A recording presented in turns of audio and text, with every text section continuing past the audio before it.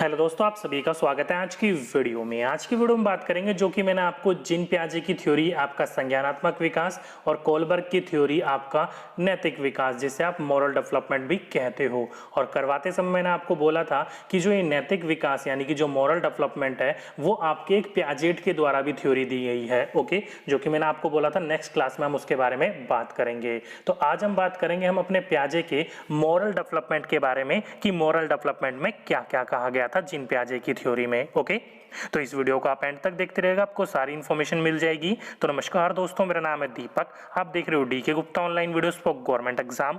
चलिए शुरू करते हैं। तो आज का अपना टॉपिक लिख लीजिए। क्या है आज का हमारा टॉपिक? पियाजेट की मॉरल डेवलपमेंट थ्योरी, जिसे आप हिंदी में पियाजे का नैतिक विकास का सिद्धांत भी कहते हो। ओके, पहले हम थ्योरेटिकल पोर्शन के बारे में बात करेंगे और वीडियो के एंड में मैंने आपको एक इंपॉर्टेंट क्वेश्चंस की एक सीरीज दे रखी है कि यहाँ से आपके किस प्रकार के क्वेश्चंस पूछे जाते हैं। ओके, तो देखिए जो पियाजे थे इसने अपनी जो नैतिक विकास का सिद्धांत दिया था, जैसे कि आपके कोलबर्ग ने दिया था, उन्होंने 3 स्तर में और 6 अवस्थाओं में बांटा था। लेकिन पियाजे ने साफ साफ अपने 4 भागों में इसको बांटा था एज क्राइटेरिया के हिसाब से। जैसे कि पहले की अवस्था जो बताई गई उसको बोला गया एनोमी। ओके, ध्यान रखिएगा नाम एनोमी, जो कि एज क्राइटेरिया रखा गया। वो 1 से लेकर 5 वर्ष के जो बच्चे आते थे वो इस अवस्था के अंदर आते थे। इसमें क्या कहा गया था? तो शाब्दिक अर्थ में कि इस अवस्था में सही या गलत का निर्णय भौतिक परिमाण के आधार पर किया जाता है। मतलब यहाँ पर बच्चा जो भी आपका कार्य करता है, जो भी आपका क्रिया करता है, वो बच्चा कैसे मानता है कि सही है या गलत है? तो बच्चा जो मानता है वो भौतिक परिमाणों के आधार पर मानता है।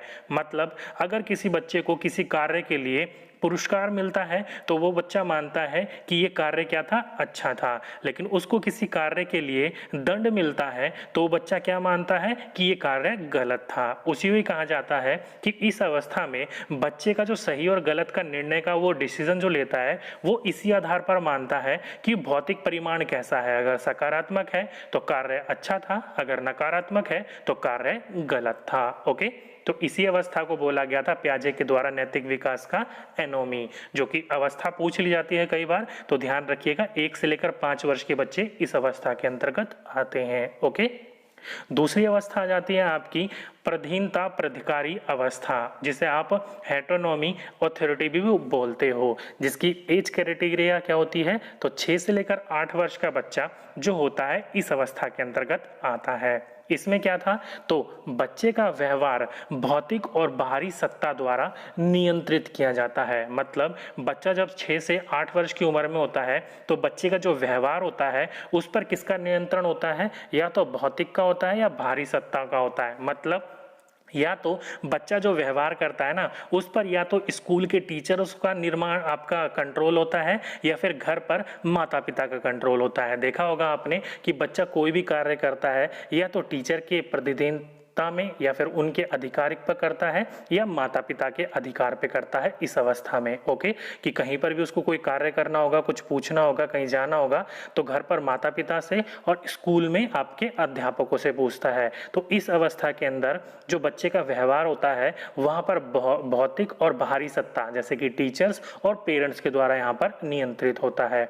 अगर एज क्राइटेरिया पूछा जाए तो 6 से लेकर 8 वर्ष की जो उम्र होती है वो इस अवस्था के अंतर्गत आता है। ओके, तीसरी अवस्था आ जाती है आपकी प्रधीनता अयोग्यता, जिसे आप हेटेरोनॉमी रेसिप्रोसिटी भी बोलते हो। अब ये क्या होता है? तो इस अवस्था के अंदर जो एज आती है वो आती है आपके 9 से लेकर 13 वर्ष का। तो 9 से लेकर 13 वर्ष के जो बच्चे होते हैं वो किस अवस्था के अंतर्गत आते हैं? तो प्रधीनता अयोग्यता के अंतर्गत आते हैं।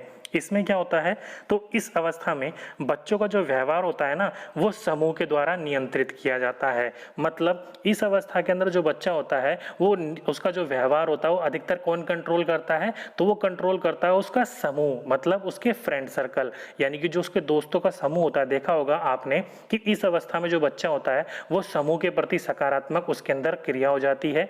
बच्चा इस अवस्था के अंदर, आपने पढ़ा भी था, मैंने बताया भी था कि अपने माता पिता और टीचर्स की बातों को भी वो अनदेखा कर देता है अपने ग्रुप के प्रति, अपने समूह को प्रति अयोग्यता उस पर ना पड़े इसलिए। ओके, इसलिए कहा जाता है कि इस अवस्था के अंदर जो व्यवहार होता है बच्चे का वो किसके द्वारा नियंत्रित किया जाता है, उसके फ्रेंड सर्कल, उसके समूह के द्वारा। ओके, बहुत इंपॉर्टेंट है, पूछा जा चुका है तो ध्यान रखिएगा। कौन सा ग्रुप है, प्रधीनता अयोग्यता, यानी कि 9 से लेकर 13 वर्ष की जो उम्र होती है उस उम्र के अंदर जो बच्चे का समूह होता है वो उसके व्यवहार को कंट्रोल करता है। ओके, और लास्ट यानी कि चौथी स्टेज जो बताई थी वो स्वायत्तता बताई गई थी, ऑटोनॉमी बताई गई थी, जो कि कितने वर्ष के बच्चे की बताई गई थी, तो 13 से लेकर 18 वर्ष की जो आयु होती है वो इसके अंतर्गत आते हैं बच्चे इस अवस्था के अंदर।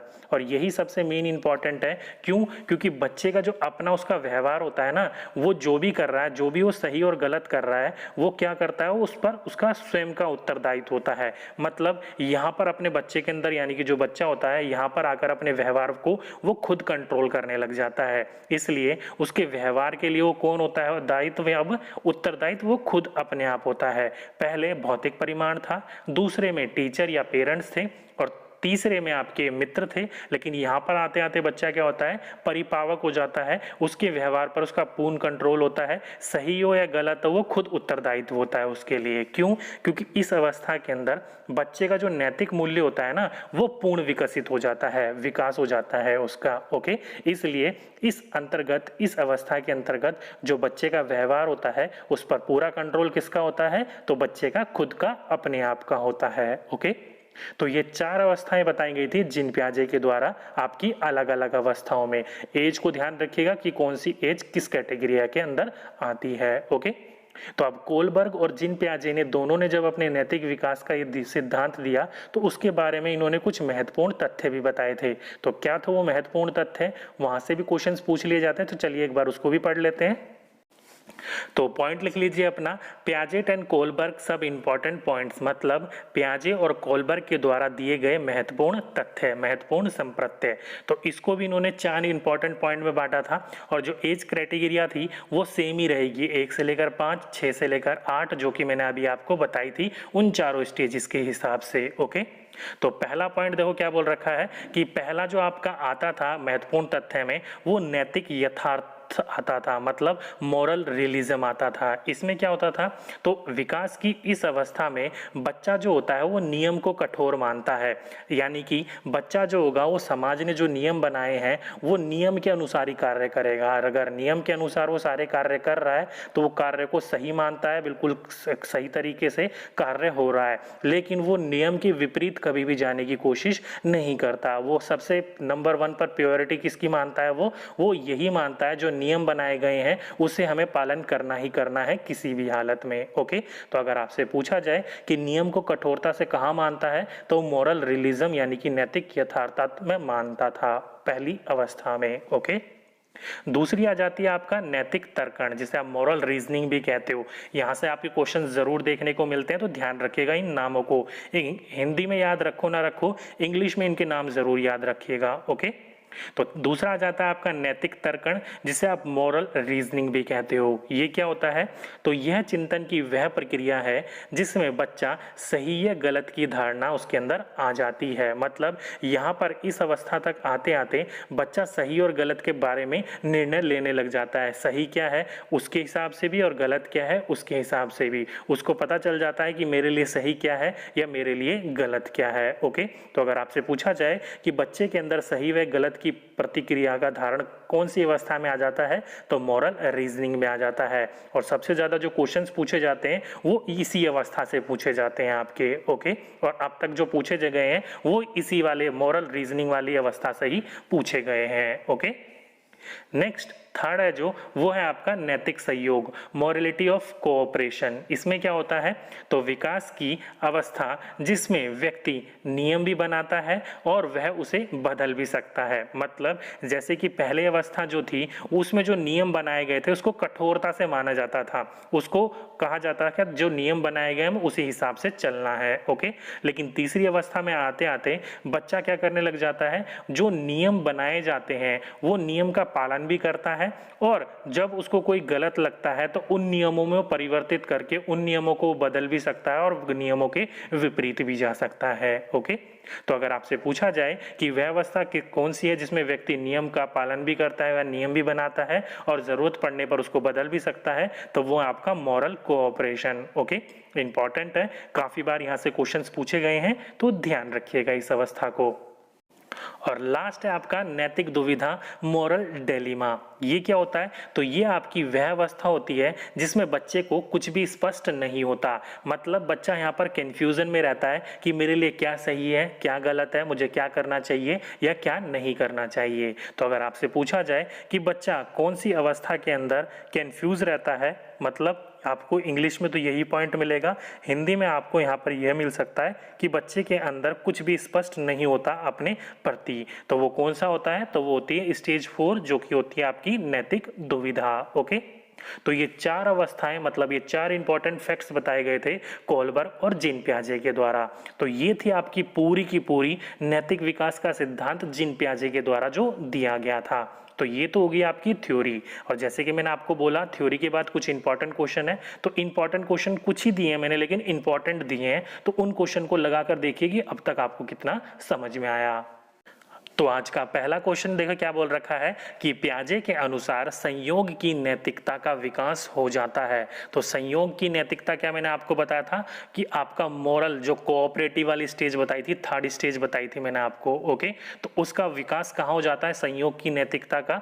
तो एज मैंने क्या बताई थी, दोनों की सेम बताई थी, जो कि 3rd स्टेज की मैंने अमर बताई थी 9 से लेकर 13 वर्ष, लेकिन यहाँ से लेकर 9 से लेकर 13 वर्ष नहीं है, ऑप्शन नंबर देखो यहाँ पर बोल रखा है 9 से लेकर 10 वर्ष। तो आपका आसपास ये देखो यहाँ से इसने बोल क्या रखा है, 9 से 10 वर्ष से अधिक उम्र, मतलब वही एज क्राइटेरिया आ रही है। ओके, तो हम इसका ऑप्शन नंबर 2 बिल्कुल सही मानेंगे, इसलिए मैंने आपको बोला था एज को ध्यान रखिएगा, कई बार क्वेश्चंस वहां से पूछ लिए जाते हैं। ओके, नेक्स्ट क्वेश्चन क्या बोल रखा है कि निम्नलिखित में से किसने बच्चों में नैतिक विकास का अध्ययन किया था? तो किसने करा था? कोलबर्ग ने, पियाजे ने, 1 और 2 दोनों ने। तो आपको मैंने पहले कोलबर्ग वाली थ्योरी पढ़ाई और आज मैंने पियाजे वाली पढ़ा दी, तो इन दोनों ने ही नैतिक विकास का सिद्धांत दिया है। ओके, नेक्स्ट क्वेश्चन कि कोलबर्ग के अनुसार सही और गलत के प्रश्न के बारे में निर्णय लेने में शामिल चिंतन प्रक्रिया को कहा जाता है? तो मैंने अभी आपको पढ़ाया था, उसमें मैंने आपको बताया था कि बच्चा जो होता है उसको सही और गलत, मतलब अपने परिमाण के ऊपर पता चल जाता है कि मेरे लिए क्या सही है और क्या गलत है। तो कौन सी अवस्था में होता है? संयोग की नैतिकता, नैतिक तर्कण, नैतिक यथार्थवाद या नैतिक दुविधा। तो देखते ही आपको लगा लेना चाहिए था, जो मॉरल रीजनिंग होती है, मतलब नैतिक तर्कण जो होता है, वहां पर बच्चे को पता लगता है अपने ऊपर कि मुझे क्या सही है मेरे लिए और क्या मेरे लिए गलत है। तो ऑप्शन नंबर 2 इसका बिल्कुल सही आंसर था। नेक्स्ट क्वेश्चन, रिया कक्षा पिकनिक करने हेतु ऋषभ से सहमत नहीं है। वह सोचती है कि बहुमत को अनुकूल बनाने के लिए नियम का संशोधन किया जा सकता है। यह सहपाठी विरोधक पियाजे के अनुसार निम्नलिखित में से किससे संबंधित है? तो देखो वो क्या कह रही है कि कक्षा को पिकनिक पर ले जाने हेतु वो ऋषभ है उससे सहमत नहीं है। वह यह सोचती है जो नियम है उसका संशोधन करके उसमें परिवर्तन लाया जा सकता है। तो जीन पियाजे के अनुसार ये कौन सी अवस्था में बताया गया था कि अगर आप किसी की बात से सहमत नहीं हो तो आप उसमें संशोधन लाकर उसमें आप परिवर्तन भी कर सकते हो। तो मॉरलिटी ऑफ आपका किसमें? कोऑपरेशन में बताया गया था, जिसको आप हिंदी में क्या बोलते हो? संयोग की नैतिकता। तो ऑप्शन नंबर 2 इसका बिल्कुल सही आंसर होगा आपका। ओके, नेक्स्ट क्वेश्चन, कोलबर्ग के अनुसार शिक्षक बच्चों में नैतिक मूल्य का विकास कर सकता है। तो कोलबर्ग के अनुसार बच्चों में नैतिक मूल्य का विकास कैसे कर सकता है एक टीचर?